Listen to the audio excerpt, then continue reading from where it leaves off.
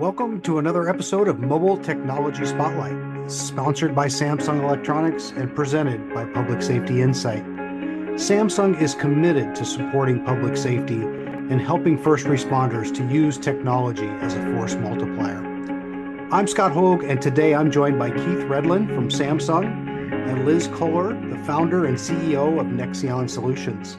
Together, we'll discuss how innovative technology is helping law enforcement better protect victims, witnesses, and first responders while improving communications and safety in the field. Keith and Liz, welcome to the podcast.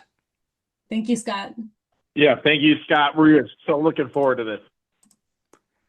So I want to, before we dive into exactly, how this works and sort of your vision, Liz, could you just take a minute and introduce yourself, talk about your background and what led you to start this company?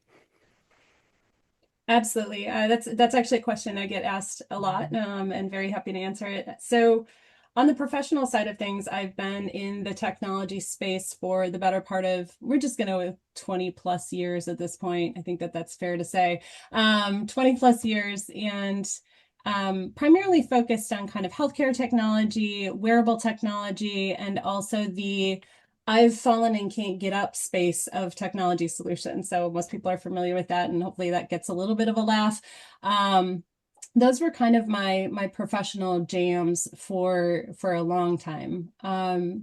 Running concurrent to that, I experienced the personal loss of losing my sister to domestic violence. That happened in 2007. And for those people who have lost somebody who is beloved to them in a way that is tragic, perhaps in a way that is violent, you know that it is a loss that stays with you and changes you forever. And so kind of those two things ran in parallel to each other for about, we'll go with 15 years of my life. And at that point in time, I felt that it was time for me to make a change. And I felt that I wanted to step into a space in the world that was providing a solution to what I saw as the public health crisis of domestic violence. And so I took a seat in the district attorney's office in the city of Milwaukee. And I said to myself, to the world, to anyone that would listen, spray painted out on an overpass, I'm leaving tech forever. I'm never going to come back to tech. Tech is a thing of my past. So you can tell already this isn't going to go well for me. And then I sit down in this space in the district attorney's office in victim services. And what I realized very quickly were two things. The first was that the massive scale of people exposed to violence on a regular basis was something I could have never planned for, imagined, or anything. And secondarily, that as a community, as a municipality, as a judiciary, we did not have a good way to protect people who were routinely exposed to violence in a way that was comprehensive. And so I was sitting with a woman one day, and she was asking me if there was a way we could protect her. And we had wired her home up with a home security system, which was great, but she was only safe when she was at home then. And she's like, what about when I go to work? What about when I go to the grocery store? What about when I take my son to school? And the tech girl inside of me kind of raised her hand and said, I think I have an idea. And so I went and talked to folks inside of the district attorney's office, and they were like, does this exist? Can we get this now? We need this now. And then my next call was to Samsung. I just wanted to chime in and say, our relationship with Liz and her team go back many years, and for all the reasons Liz had shared. And Liz, I was just listening to you and get a little bit goosebump there, because the story that you share, obviously for us law enforcement folks, it really strikes personally. It's struggling when you're in law enforcement and you respond to some of these calls, and either you're a day late, a dollar short, or the survivor doesn't want to press charges or what have you, and it just creates more paperwork and more process, and you just know the abuse is going to continue. But for us at Samsung, it was one of those things where it got everybody on our team charged and excited to work with, and Liz's organization. Never been done before. Like, hey, everyone knows that, Samsung invests in a lot of different technology mediums.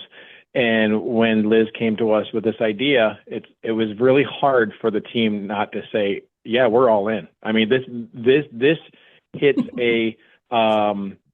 it hits everybody kind of personally, to say, what if we could do something? What if, even if it's one, the opportunity to change the life of one individual? And I know, Liz, you have many stories that's beyond one, but it's exciting to get behind this. So, again, Liz, and for anybody listening, the openness and willingness that our team has to, not just with law enforcement, any type of a unique solution that comes to us and say, hey, could your devices, can your solutions really help? Or we have an idea. We're always willing to listen.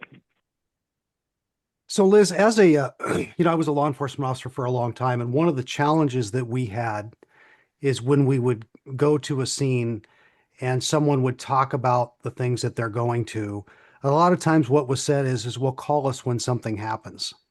It's like there wasn't Yeah. enough to charge the suspect. There wasn't really tools to be able to help that victim that's going through that crisis in their life.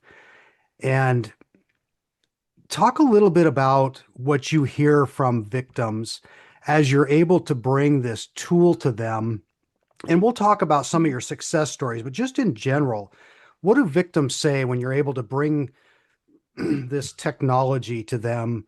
It's got to make them feel safer. It's got to give them a little bit of hope. What are you hearing from folks as they use your tech?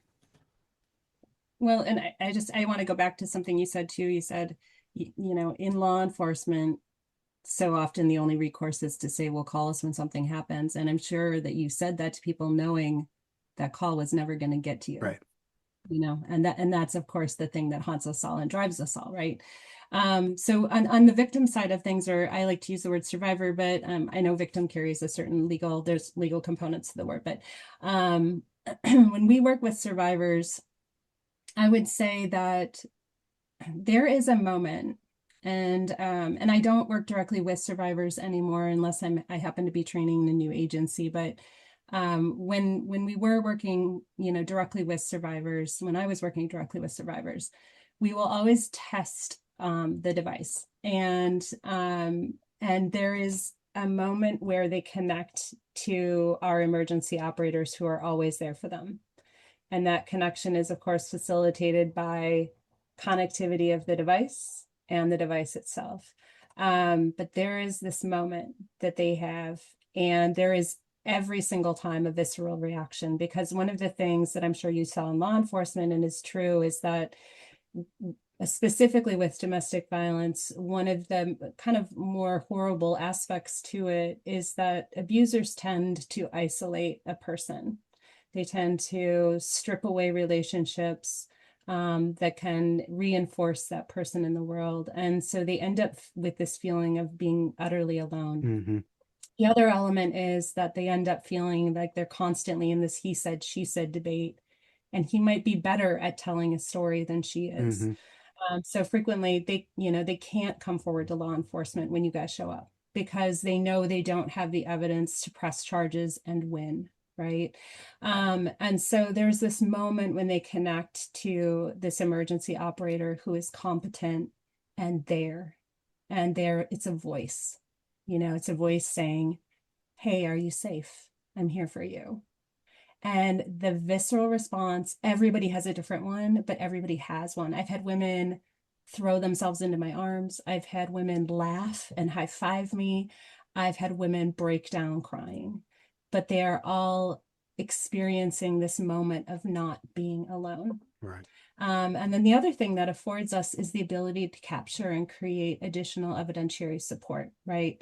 There is this record of what actually happened, and that can then be used to augment that person's story in court or out of it.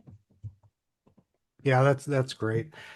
The other thing that I think I want to go back to what you were talking about at the beginning is that, out of when you came up with this idea out of tragedy in your life, and you decided that maybe technology would be a tool to be able to assist in this area, and you chose Samsung. Why was it that you chose Samsung and not one of the other technologies that's out there? Well, the first reason was I had already worked with Samsung to bring a solution to market. And so I knew the competence of the team and the quality of the products and the product solution set. So there was precedence to my decision. But sometimes that can be a negative thing. Mm-hmm. The other thing is that Samsung has something that I don't think anyone else really does, which is they have kind of the trifecta, I would call it, right? So you have the strength of the products that they bring to bear. You have Knox, this fantastic platform for managing devices in the field, which if you are a small startup, device management becomes an operational nightmare very quickly unless you have the right tools in place. And then lastly, they have an approach to technology that is both short-term and long-term. And what I mean by that is they have the team in place to help you take a nascent idea and build it and grow it with a long-term business model in mind. And because they bring those two things to each product development project, you feel like you have this very solid weight behind you of people. And then I will also say this.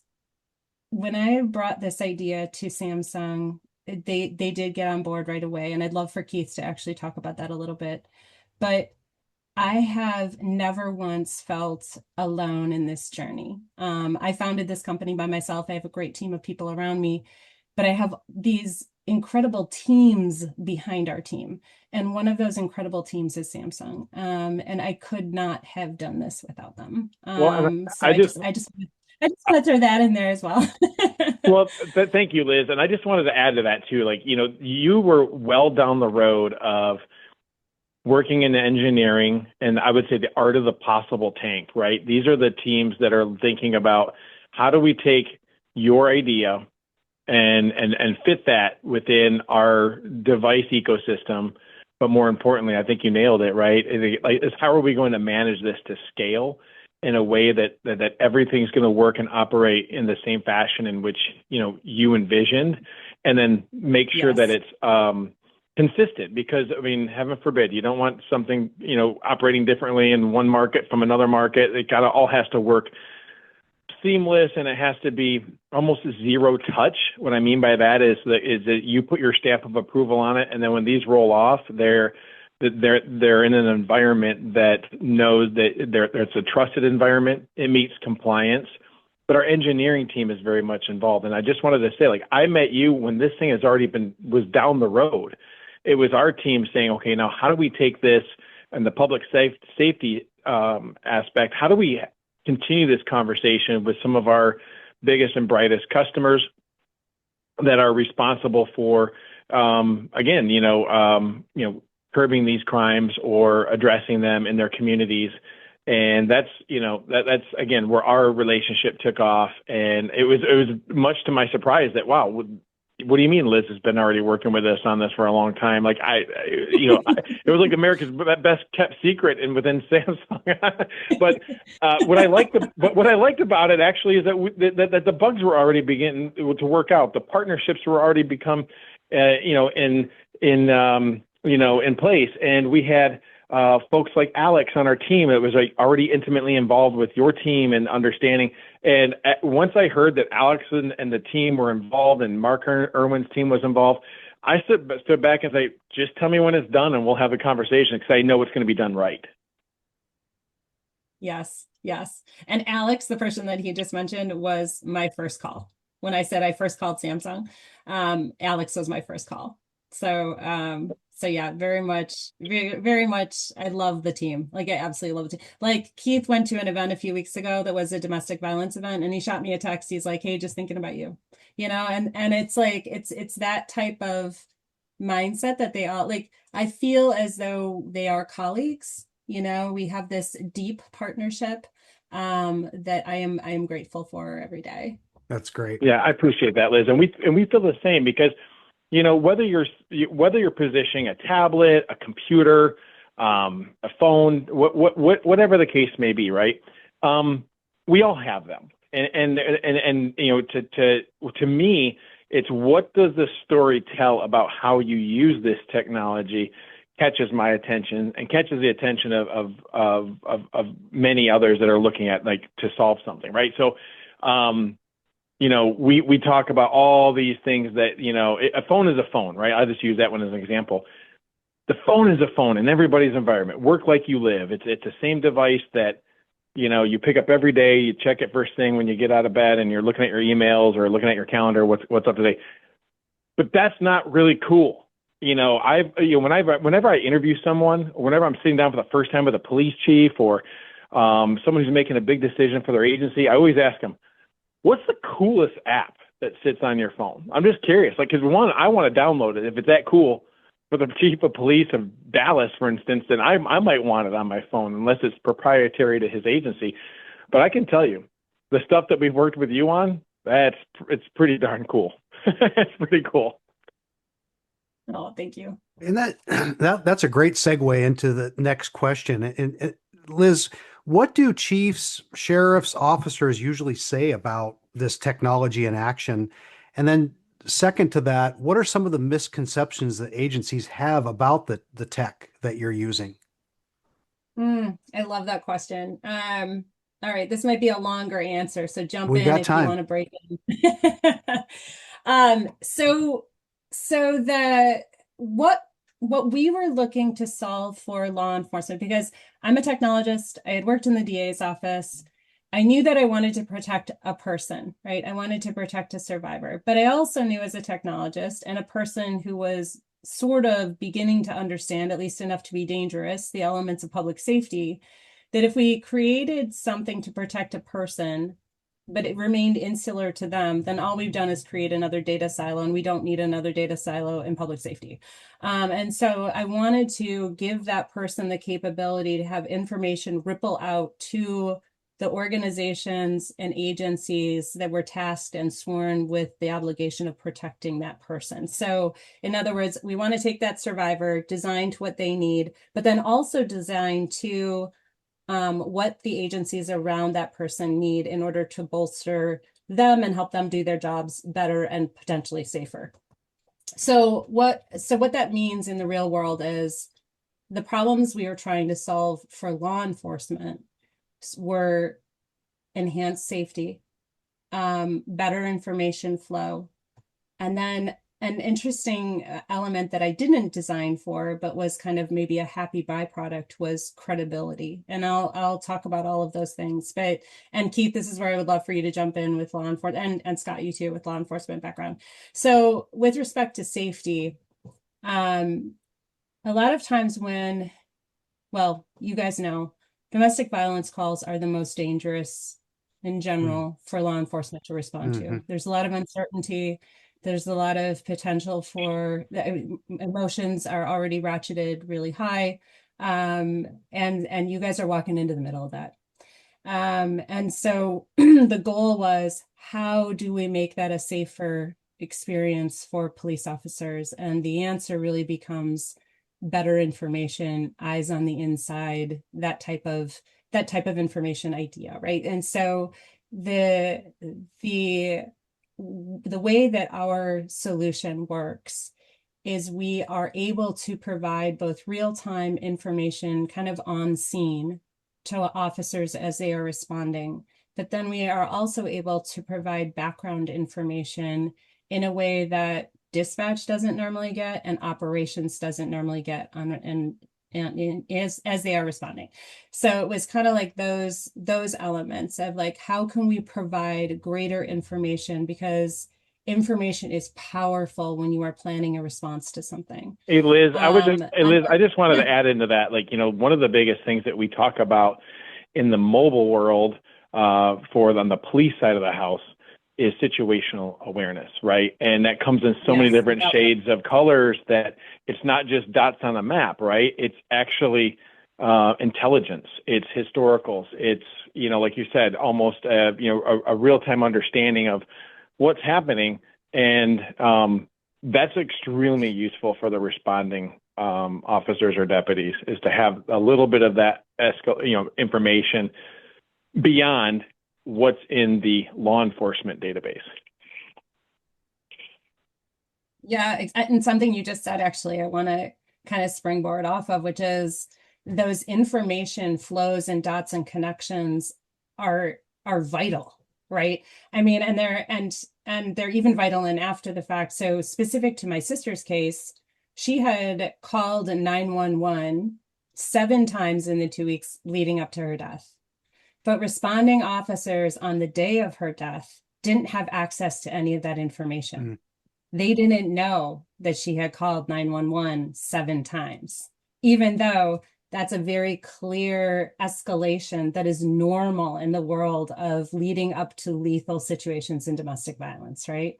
And cops know that, but they didn't have access to that information when they arrived on scene. So they interviewed, the guy, then I would say the knucklehead, but that's not even bad enough. So, because that's Keith's word, but they arrived on scene, they interviewed him, and they let him go, because it was his word, and they didn't have access to that other information. So when I was designing this, I was designing with that in mind, like, how do we create an information flow that will not allow a gap like that to happen?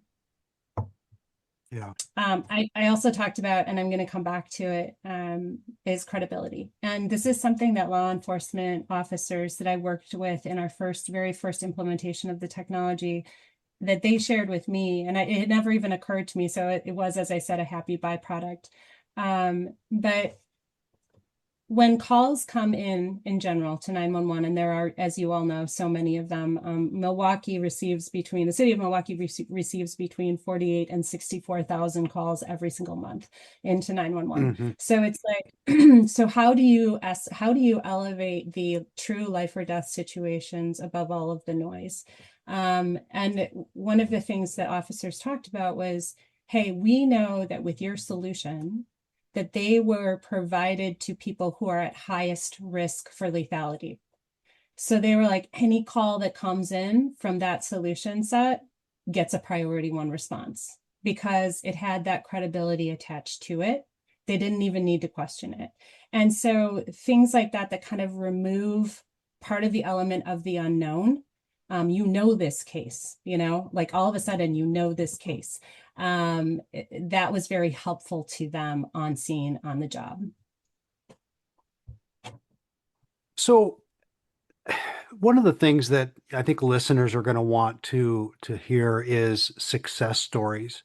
So without talking too much, we try to be careful about talking about how the tech exactly works. Can you talk about 1 or 2 or more success stories that you've seen, or how you envision this working as well?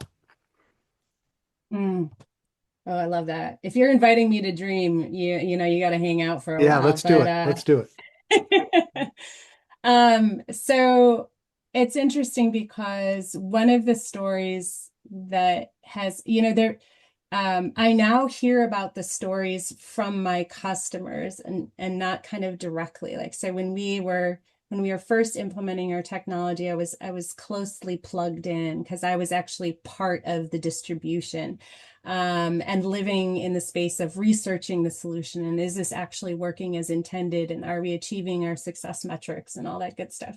And now I'm a little bit more removed, but I still hear stories, and so I'm going to share one of those with you.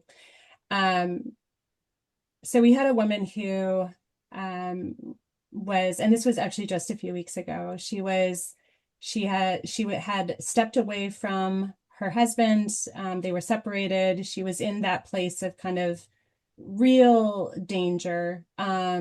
And they say the first 3 months after the separation is actually the most dangerous. That's been statistically proven over and over and over again, is the most dangerous. And then it kind of drops off significantly for the next 9 months. And then after that, much more significantly. So that first year after is really the most dangerous period.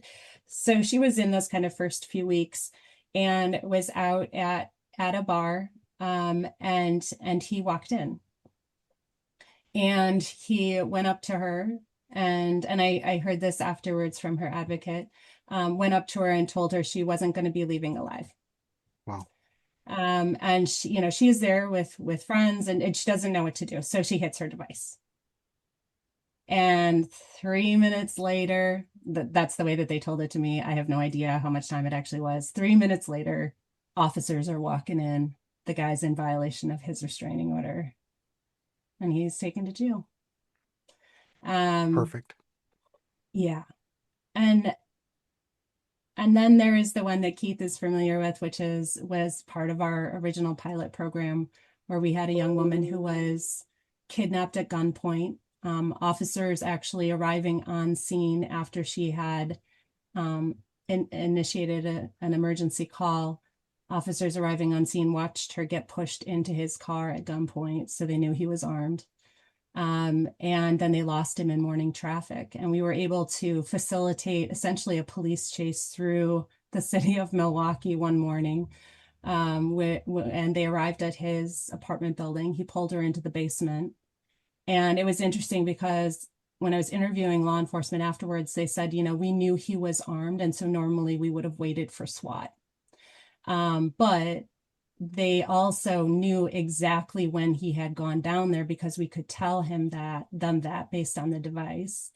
And so they knew he probably hadn't had time to set up in any capacity. And also they were pretty sure he was going to kill her. And so they made the executive call to flood the basement right away. And they were able to do that successfully, take him into custody and take her into safety. And that one stays with me a lot because I have stayed in contact with that young woman, and I have watched her go from a young woman who wasn't really sure what she was going to do with her life, to being, she actually graduated in May, with high honors. She's going into public health. I just, it's incredible because we talk a lot about saving lives, and that's a huge thing to measure, to look at, to consider, to chase, to design to.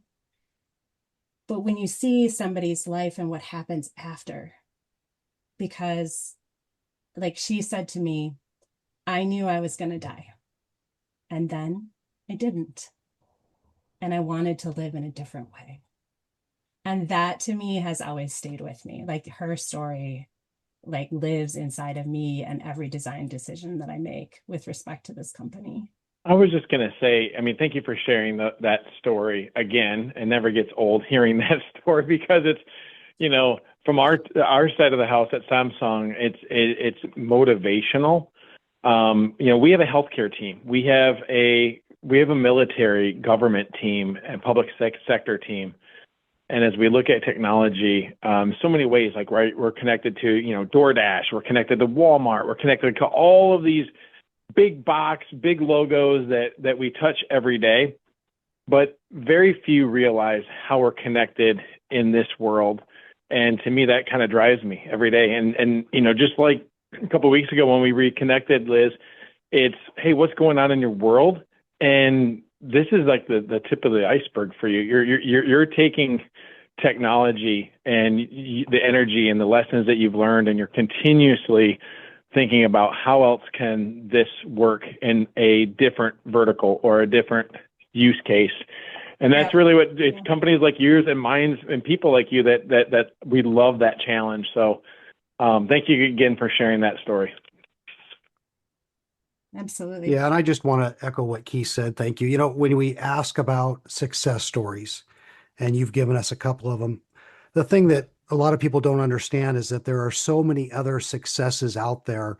If you haven't been involved in a domestic violence situation, you don't understand how terrifying it is to be sitting there many times waiting for something to happen, and to have this kind of a tool, this kind of a resource available has to be so empowering for these survivors to be able to have this. And so I know there are dozens, if not hundreds, of other quote success stories out there.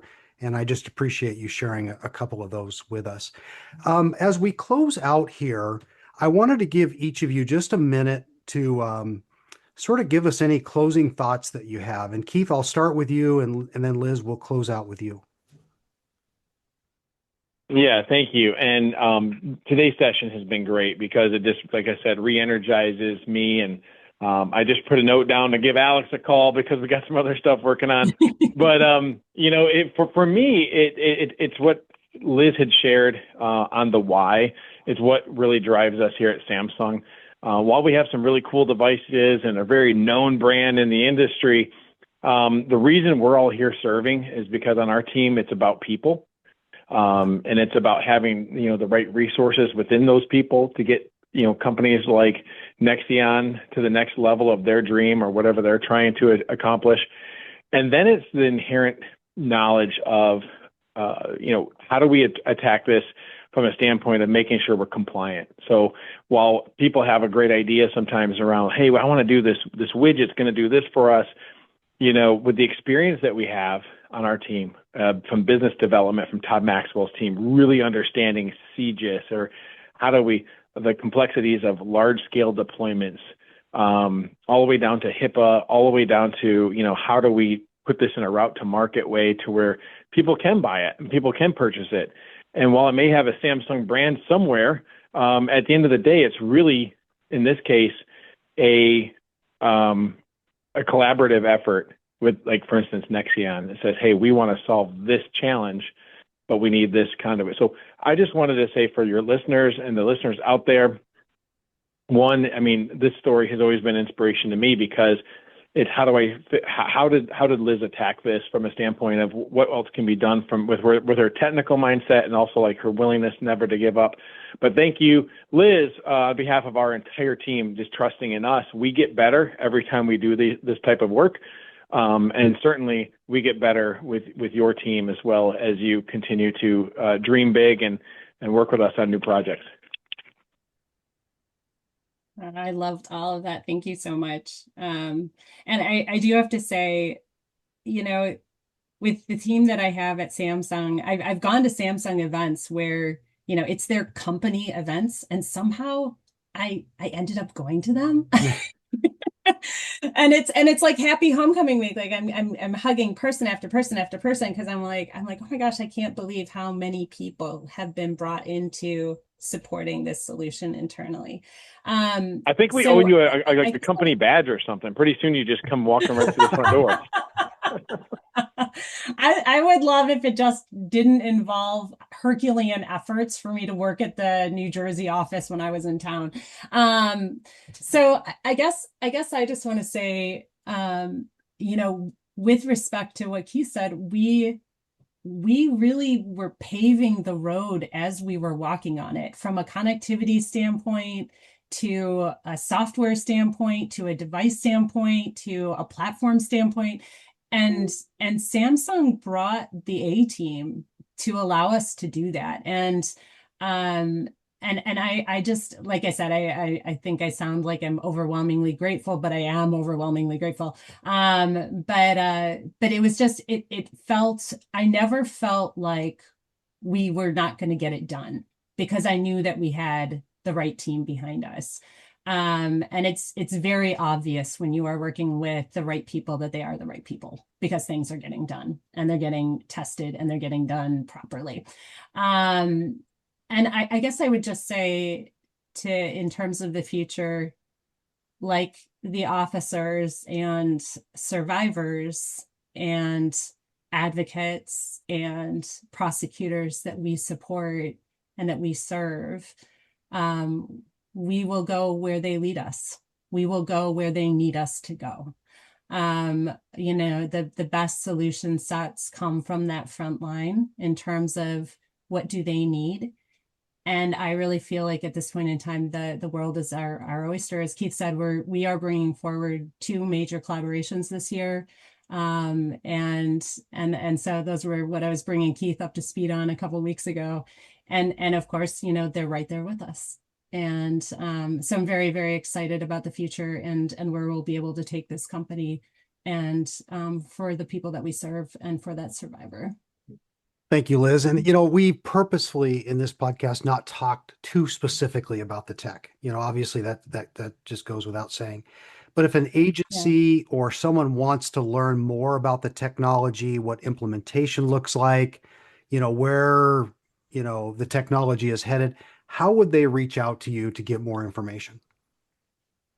Our website is a great, so it's nexionsolutions.com. And it does have a, if you want to connect with us form that can be easily filled out. That actually comes right to me. I respond to all of those myself.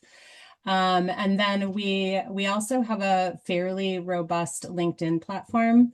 And so folks can find me on LinkedIn. They can find the company on LinkedIn.